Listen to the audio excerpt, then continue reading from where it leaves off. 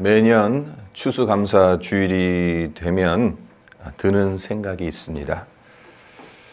추수감사주일은 10월 둘째 주일이다 보니까 한 해가 저물려면 아직 2달 반 가량 남아 있는 거잖아요. 그런데도 추수감사절 때만 되면 올 한 해도 이제 거의 다 저물었구나라는 생각을 지울 수가 없습니다. 아무래도 추수란 한 해 농사 지은 것들을 수확하고 정리한다는 의미가 강하기 때문에 이런 생각이 자연스럽게 드는 것 같습니다. 우리는 농사를 짓는 농부가 아니기 때문에 매해 농사 지은 소출을 직접 거두어 드리지는 않습니다만은 우리들에게도 올 한 해 해왔던 일이 있고 그에 따른 결과물들이 있지 않습니까? 그래서 오늘날의 추수감사주일은 이 결과물들을 허락하신 하나님의 은혜를 되새겨보며 감사드리는 절기라는 생각을 해봅니다. 그리고 또한 우리가 평소에 얼마나 감사하고 사는지를 점검해보는 그런 절기이기도 하다는 생각을 해봅니다. 우리 속담에 이런 속담이 있습니다.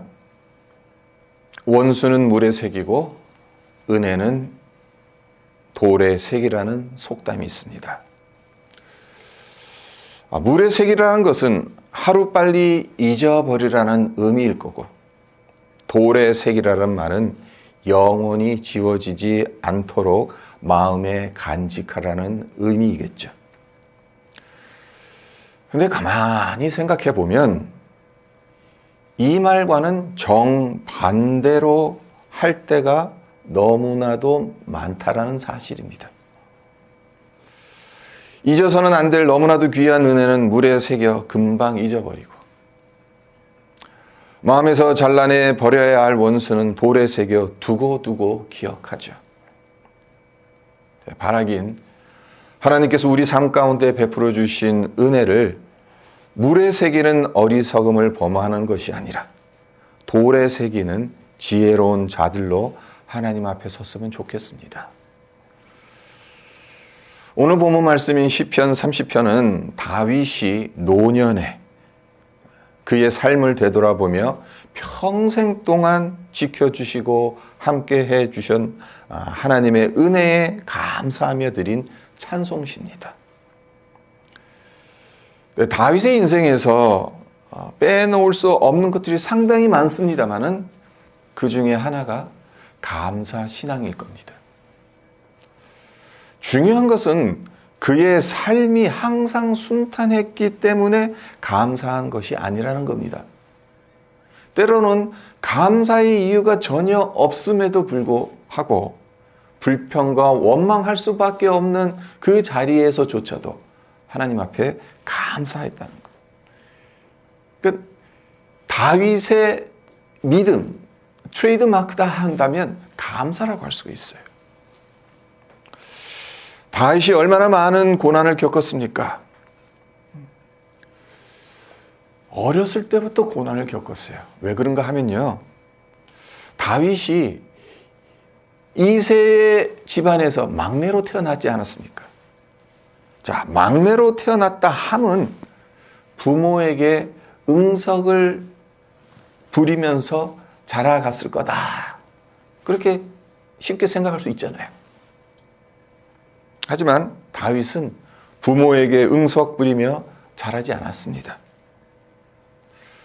들판에서 양들을 지키고 돌보는 일을 했습니다. 이 일은 손이 많이 가지만 사람들 눈에 잘 띄는 일은 아닙니다. 그리고 들판에서 양을 잡아먹으려고 덤벼드는 곰이나 늑대를 쫓아내야 하기 때문에 위험을 감수해야 하는 일이기도 합니다. 이런 이유로 다윗의 형들이 처음엔 아버지인 이새가 형들에게 너희들이 가서 이 양들 좀 지켜라 그렇게 이야기했겠죠. 네, 이런저런 핑계를 대면서 일을 하지 않습니다. 그래서 다윗이 그 일을 도맡아 해야 했습니다. 그러니까 다윗은 어릴 때부터 고단함에 익숙한 삶을 살았다고 볼 수가 있어요. 응석 부리며 막내로 그렇게 자라가야 할 나이에 들판에 나가서 양들 지키고 그렇게 고단한 삶을 살아간 거죠. 자, 그리고 사무엘을 통해 기름 부음을 받고 차기 왕으로 세움을 받았을 때를 한번 생각해 보십시오. 차기 왕으로 세움을 받았다. 기름 부음을 받았다. 얼마나 큰 영광입니까? 그의 앞에 레드 카펫이 펼쳐져야 하지 않습니까? 하지만 그의 현실은 어떠했습니까? 사울의 시기와 질투로 말미암아 10년 동안 도망자의 삶을 살아야 했습니다. 이방 나라 왕 앞에서 미친 척하며 자신의 생명을 지켜야만 했던 적도 있습니다. 이 10년의 시간이 흘러갔습니다. 드디어 왕이 됐습니다. 네, 왕이 되었으니 자기 마음대로 다 할 수 있었습니까? 부귀영화 누릴 것 다 누리며 순탄하게 살았습니까? 물론 전쟁터에 나가지 않고 왕궁에서 오후 늦게까지 늦잠을 자도 될 만큼 여유를 부렸던 데도 있었습니다. 하지만 이것이 화근이 돼서 일생일대에 죄를 범하게 되지 않습니까? 밧세바를 범하고 그것에서 그치지 않고 그의 남편을 살인교사시키는. 근데 그 이후로의 다윗의 삶은 웃는 날이 없어요. 늘 가정 안에 풍파가 그치지를 않았어요. 고통의 연속이었어요. 큰아들 암논이 이복 여동생 다말에게 씻지 못할 수치와 상처를 주고 이 소식을 전해 들은 다말의 친오빠 압살롬이 암논을 죽이는 참혹한 비극을 다윗은 지켜만 봐야 했습니다. 이것도 모자라 압살롬이 쿠데타를 일으키잖아요. 그래서 다윗이 맨발로 울면서 예루살렘에서 도망쳐 나와야 하지 않았습니까? 그리고 아무리 쿠데타를 일으켰다 하더라도 어찌되었건 자기 자식인데 그 자식을 자기보다 앞서 보내야 했으니 그의 마음이 오죽했겠습니까? 시커멓게 다 들어갈 대로 다 들어갔겠죠. 그러니까 그의 인생은 어려서부터 노년에 이르기까지 고난과 고통으로 점철된 인생이나 다름없었습니다. 흔히 말하기를 고통은 우리 영혼과 정신 그리고 육체에 엄청난 영향을 끼친다고 하죠. 영혼과 정신을 메마르게 만들 뿐만 아니라 육신 또한 망가뜨립니다. 다윗이라고 예외였겠습니까? 다윗의 영혼과 정신, 육신이 망가질 대로 망가지지 않았겠습니까? 하지만 그럼에도 불구하고 다윗이 고백하는 것이 뭐죠? 1절로 3절을 보세요. 여호와여 내가 주를 높일 것은 주께서 나를 끌어내사 내 원수로 하여금 나로 말미암아 기뻐하지 못하게 하심이니이다. 여호와 내 하나님이여 내가 주를 부르짖음에 나를 고치셨나이다. 여호와여 주께서 내 영혼을 수월에서 끌어내어 나를 살리사 무덤으로 내려가지 아니하게 하셨나이다. 다윗이 하나님 앞에 감사의 찬송을 부르면서 하는 말, 특별히 하나님과 관련된 동사들을 주목해서 보세요. 점층적으로 연결되어져 있다는 느낌이 들지 않습니까? 자, 1절에 하나님과 관련된 동사가 뭐죠? 끌어내사라는 단어입니다. 그리고 2절에선 고치셨나이다라는 단어죠. 그리고 3절엔 살리사라는 단어입니다. 그러니까 다윗이 지금 그의 삶을 회고하면서 하나님께서 그를 어떻게 인도하셨는지를 끌어내셨고 고치셨고 살리셨다라는 말로 이 세 단어로 요약하고 있습니다.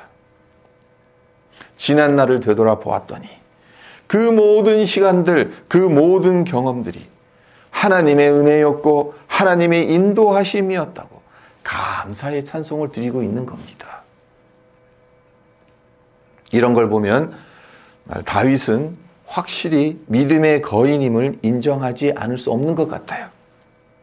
네, 다윗은 고난과 고통으로 점철된 인생의 여정에서 그리고 그 인생을 마무리하는 노년의 때에도 하나님에 대한 믿음을 굳건히 지켰고 감사의 신앙을 잃지 않았습니다. 네, 이게 말이 쉽지 얼마나 어려운 것인지 우리는 잘 알고 있잖아요. 고난당할 땐 낙심하거나 원망하기 쉽고 형통할 땐 교만하기 쉬운 것, 이게 인간의 복음성이지 않습니까? 다윗 역시 처음부터 상황에 관계없이 감사했던 것은 아닐 겁니다. 시행착오도 수없이 겪었을 겁니다. 형통할 때는 교만했습니다. 고난받을 땐 낙심했습니다. 어디에서 이 근거를 찾을 수 있는가 하면요, 6절을 보세요. 내가 형통할 때에 말하기를 영영이 요동치 아니하리라 하였도다. 그러니까 형통할 때, 그의 삶이 잘 나갔을 때 영원히 요동치 않을 것이라는 생각을 했다는 고백입니다. 하는 일이 다 잘 풀리니까 모든 것이 자기 힘으로 된 줄로 알고 자신만만했다라는 고백이죠. 하지만 이 교만이 오래 갔습니까? 오래 가지 못했습니다. 7절을 보세요. 다윗이 이렇게 말합니다. 여호와여, 주의 은혜로 내 산을 굳게 세우셨더니 주의 얼굴을 가리우심에 내가 근심하였나이다. 그러니까 주의 은혜로 내 산을 굳게 세우셨다. 무슨 뜻이겠습니까? 하나님의 도우심으로 인생 최고 정점에 올라갔다는 겁니다. 그래서 사무엘서를 보면 다윗이 가는 곳마다 그를 대적할 사람이 없었다라고 그런 표현이 나오죠. 하지만 교만에 빠진 순간 하나님께서 잠시 당신의 얼굴을 가리시니까 어떻게 되었다고 지금 다윗이 고백하고 있습니까? 근심하였다라는 고백을 하고 있죠. 다윗이 왜 근심했겠습니까? 하나님께서 얼굴을 가리시니까. 하나님께서 얼굴을 가리셨다. 이 표현은 큰 어려움이 닥쳤다는 뜻입니다.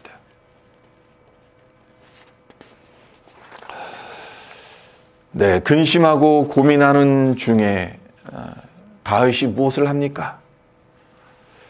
하나님께 부르짖어 기도했습니다. 자, 그 내용이 8절서부터 10절에 나옵니다. 여호와여, 내가 주께 부르짖고 여호와께 간구하기를 내가 무덤에 내려갈 때 나의 피가 무슨 유익이 있으리요? 진토가 어떻게 주를 찬송하며 주의 진리를 선포하리이까? 여호와여, 들으시고 내게 은혜를 베푸소서. 여호와여, 나를 돕는 자가 되소서 하였나이다. 하나님께 부르짖으며 살려달라고 간구한 거죠. 죽어서 무덤에 내려가면 진토가 어떻게 주를 찬송하고 주의 진리를 어떻게 선포할 수 있냐고. 그러므로 은혜를 베푸시고 하나님께서 나를 돕는 자가 되어주시기를 간절히 기도했던 겁니다. 다윗의 이 고백에서 발견하게 되는 것, 다윗이 대단한 믿음의 거인이긴 했지만 그 역시 넘어질 때도 있었다라는 겁니다. 형통했을 땐 영영이 요동치 않을 것이라는 교만이라는 늪에 빠졌습니다. 하나님께서 얼굴을 가리셨을 땐 근심의 늪에 빠져서 고민할 수밖에 없었습니다. 하지만 그런 경험들로 인해 다윗이 나아갔던 자리가 어느 자리였습니까? 하나님께 기도드리는 자리로 나아갔다는 거죠. 이게 우리가 본받아야 할 다윗의 모습이죠. 고난의 과정을 겪으면서 그의 생각이 달라졌다는 게 우리가 배워야 할 모습이지 않습니까? 자, 5절을 보겠습니다. 그의 노여움은 잠깐이요 그의 은총은 평생이로다. 저녁에는 울음이 깃들일지라도 아침에는 기쁨이 오리로다. 인생의 광야, 그 고난의 연속 선성에서 이제 그 삶을 회고하며 되돌아보며 하나님이 나를 어떻게 인도하셨는지 그것을 생각해 봤을 때 다윗이 내린 결론이 이겁니다. 때론 하나님께서 나에게 노여움을, 내가 하나님의 노여움을 살 때도 있었다. 그렇죠? 죄를 범하고 하나님의 말씀을 듣지 않았을 때 하나님께서 노여하셨어요. 또 때로는 까닭없이 고난을 받기도 했습니다. 하지만 다윗이 고백하는 게 뭡니까? 하나님의 노여움은 잠깐이라는 겁니다. 그와 달리 그의 은총은 평생이라는 거죠. 그러니까 하나님의 본심은 징계가 아니라 은총이라는 것. 따라서 하나님의 노여움은 잠깐이고 그 은총은 평생이라는 것. 내 인생 가운데 임하신 하나님은 노여움보다 은총을 훨씬 더 많이 베풀어 주신 분이라는 것이죠. 그래서 저녁에는 슬픔으로 가득 찼을지라도 그 다음날 아침에 오는 주님 주시는 기쁨을 막지 못했다라는 것. 다윗은 고난을 통해 하나님의 마음을 헤아릴 줄 알게 되었던 겁니다. 네, 이 세상의 고통은 그리고 슬픔은 영원하지 않습니다. 우리를 향하신 하나님의 은총이 영원하기 때문에 저녁에 슬픔 가운데 눈물을 흘리는 일이 있다 할지라도 그 다음날 아침에는 기쁨을 맛볼 수 있는 것입니다. 믿음의 사람들에게는 고난 또한 약이 되는 거죠. 다윗은 이 사실을 삶 속에서 몸으로 터득했기 때문에 믿음의 사람, 감사의 사람으로 빚어져 갈 수 있었던 겁니다. 믿음의 연단 과정을 통과하면서 환경이나 조건에 상관하지 않고 감사하는 신앙을 터득할 수 있었던 겁니다. 성도 여러분, 혹시 유리를 제조하는 공정에 대해 들어보신 적이 있습니까? 유리를 제조할 때 제일 먼저 하는 일이 모래를 삽으로 퍼서 용광로 안에 넣는 것입니다. 물론 이 모래는 보통 모래는 아닙니다. 일반 모래는 아니에요. 실리카 모래라고 해요. 네, 이 모래를 용광로 안에 집어넣어요. 그러니까 모래가 지금 1500도 넘는 용광로 안에 들어갔으니까 어떻게 되겠습니까? 고체인 모래가 액체로 변하겠죠. 네, 이 모래 주성분인 규소가 녹으면서 끈적끈적하고 탁한 액체로 변합니다. 놀라운 것은 이때 석회석을 부으면 이 탁한 액체가 투명해지기 시작한다는 거예요. 그러니까 규소가 석회석과 화학 반응을 일으켜서 유리 입자로 바뀐다는 거죠.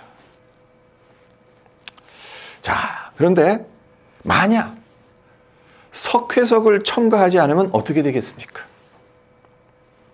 아무리 뜨겁게 달구어서 녹인다 해도 식으면 다시 모래로 돌아갑니다. 유리가 되진 않습니다. 제가 왜 이 말씀을 드리는가 하면 감사는 유리를 만들기 위해 뜨겁게 녹은 모래에 첨가하는 석회석과도 같다라는 말씀을 드리기 위함입니다. 아무리 고생을 많이 했다 하더라도 그리고 아무리 기막힌 일을 여러 차례 경험했다고 하더라도 감사가 없으면 그 인생은 전혀 달라지지 않습니다. 이전의 모래로 그대로 돌아갈 뿐이지 유리가 되진 못합니다. 그래서 여전히 원망합니다. 여전히 불평하고 여전히 한탄하고 절망합니다. 그러나 고난 가운데 감사가 들어오면 죄로 인해 탁해진 우리 영혼이 투명해집니다. 하나님을 봅니다. 하나님의 마음을 헤아립니다. 그래서 슬픔이 더 이상 슬픔이 아닙니다. 기쁨이 됩니다. 절망이 더 이상 절망으로 남지 않습니다. 하늘의 소망을 품으며 소명을 생각합니다. 8절에서 10절을 다시 한번 보겠습니다. 여호와여, 내가 주께 부르짖고 여호와께 간구하기를 내가 무덤에 내려갈 때 나의 피가 무슨 유익이 있으리요? 진토가 어떻게 주를 찬송하며 주의 진리를 선포하리까? 여호와여 들으시고 내게 은혜를 베푸소서. 여호와여 나를 돕는 자가 되소서 하였나이다. 다윗은 지금 하나님께 아주 당돌한 요구를 하고 있는 겁니다. 내가 무덤 속으로 들어가면 어떻게 주를 찬송하고 진리를 선포할 수 있겠냐고. 그러니 내게 은혜를 베푸셔서 나를 돕는 자가 되어달라는 이 요구는 이 땅에 할 일이 아직 남아 있으니 도와주시고 살려달라는 요구인 겁니다. 절망의 자리에 있는 것이 아니라 소명의 자리로 나아가고자 하나님께 부르짖었던 기도인 겁니다. 말씀을 맺겠습니다. 우리가 이 땅 토론토에서 살아가는 이민의 삶, 단조롭지만 얼마나 분주합니까? 참 아이러니해요. 단조로운데 또 분주해요. 이민의 삶은 다람쥐 쳇바퀴 도는 것처럼 단조로움의 반복이고 연속입니다. 늘 만나는 사람만 만나죠. 가는 곳도 교회, 사업터, 직장, 학교, 갤러리아, 글로서리 마켓. 뻔합니다. 그런데도 왜 그리 정신없이 바쁜지 하루가 일주일이 한 해가 후딱 지나가고 그래서 하나님께 감사드리는 것을 잊어버리고 지나쳐 버릴 때가 많지 않습니까?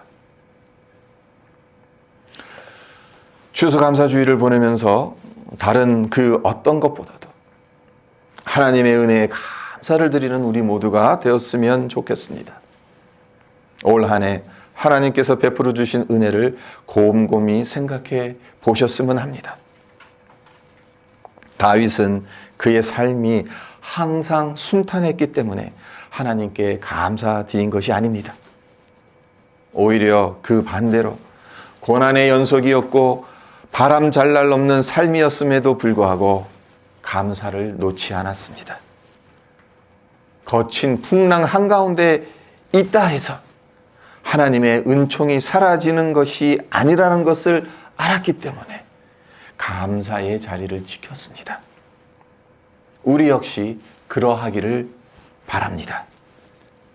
대단하고 특별한 감사의 이유가 없고 풍성한 결실이 없어도 한 걸음 더 나아가 어려운 일을 겪는다 하더라도 하나님의 은총은 영원하다는 사실을 믿기 때문에 작고 사소한 일에도 하나님께 감사드리는 우리 모두가 되시기를 주님의 이름으로 축원드립니다.